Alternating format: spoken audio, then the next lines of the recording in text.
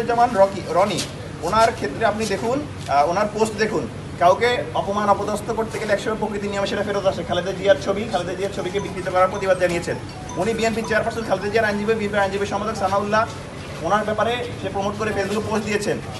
এবং আলহামদুলিল্লাহ তিনজনই দিনাজপুরের কৃতি সন্তান, খালেদা জিয়ার পারিবারিক ছবি। এবং আপনি দেখেন মির্জা ফখরুল ইসলাম আলমগীরের ছবি। সর্বশেষ দেখেন তারেক রহমান এবং ডক্টর ইউনূসকে এখানে ধন্যবাদ জানিয়ে ছবি।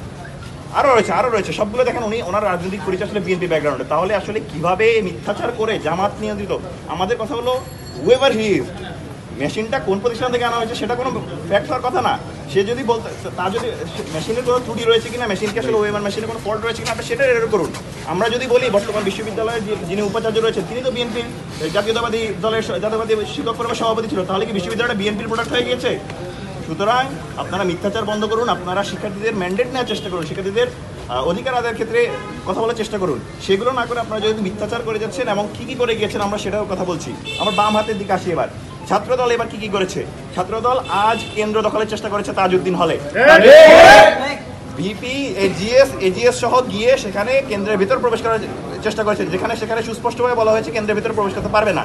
সেখানে তখন তারা গিয়ে এখানে ভোট কারচুপির চেষ্টা করে, তখন উপস্থিত সাধারণ শিক্ষার্থী সহ আমাদের সবাই মিলে সেখানে প্রতিরোধ গড়ে তোলেন। এই জায়গা থেকে আমাদের স্পষ্ট বার্তা যে কেউ কোনো প্রকার কেন্দ্র দখলের রাজনীতি এখানে করতে পারবে না। ছাত্রলীগের রাজনীতি করে গিয়েছে, ছাত্রলীগের কেন্দ্র দখলের রাজনীতি এখানে আর নতুন বাংলাদেশে চলবে না। শিক্ষার্থীরা তাদের মতামত দেবে, শিক্ষার্থীরা তাদের ভোটাধিকার প্রয়োগ করবে, যাকে খুশি তাকে বাছাই করবে। দ্বিতীয়ত তারা বঙ্গমাতা হলে, সাবেক বঙ্গমাতা হল বর্তমান 15 নং ছাত্রী হলে তারা যেটা করেছে, তারা শুধুমাত্র একটি ভোট কেন্দ্রে যে কালি দেওয়ার আঙুলে যে কালি, সেই কালি দেওয়ার ঘটনাটাকে কেন্দ্র করে তারাকে তিল থেকে তাল বানিয়েছেন। প্রথমত আমরা যখন শুনতে পাই সেখানে ভোটগ্রহণ স্থগিত রয়েছে, আমরা সেখানে যাই, গিয়ে দেখতে পাই সেখানে ছাত্র দলের জিএস প্রার্থী এবং একই সাথে যিনি আরেকজন শিক্ষার্থী, 46 বছরের শিক্ষার্থী, ওনারা মিলে লিফলেট বিতরণ করছেন।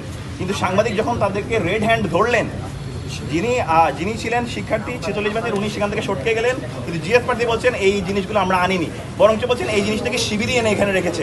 কি পরিমাণ হাস্যকর এবং দায় চাপানোর রাজনীতি তারা করছেন, এটা আসলে আমাদেরকে খুব বেশি অবাক করে। তারা তারপরে সাংবাদিকের সঙ্গে বাকবিতণ্ডায় জড়িয়ে পড়লেন এবং ভেতরে ঢুকে গেলেন।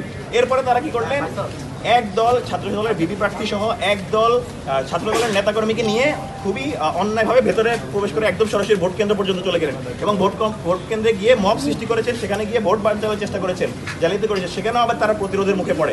এরপরে তারা বেরিয়ে আসেন, সাংবাদিকের সঙ্গে চরম দুর্ব্যবহার করেন। তৃতীয়ত আমাদের একটু আগে উল্লেখ করা হয়েছে যে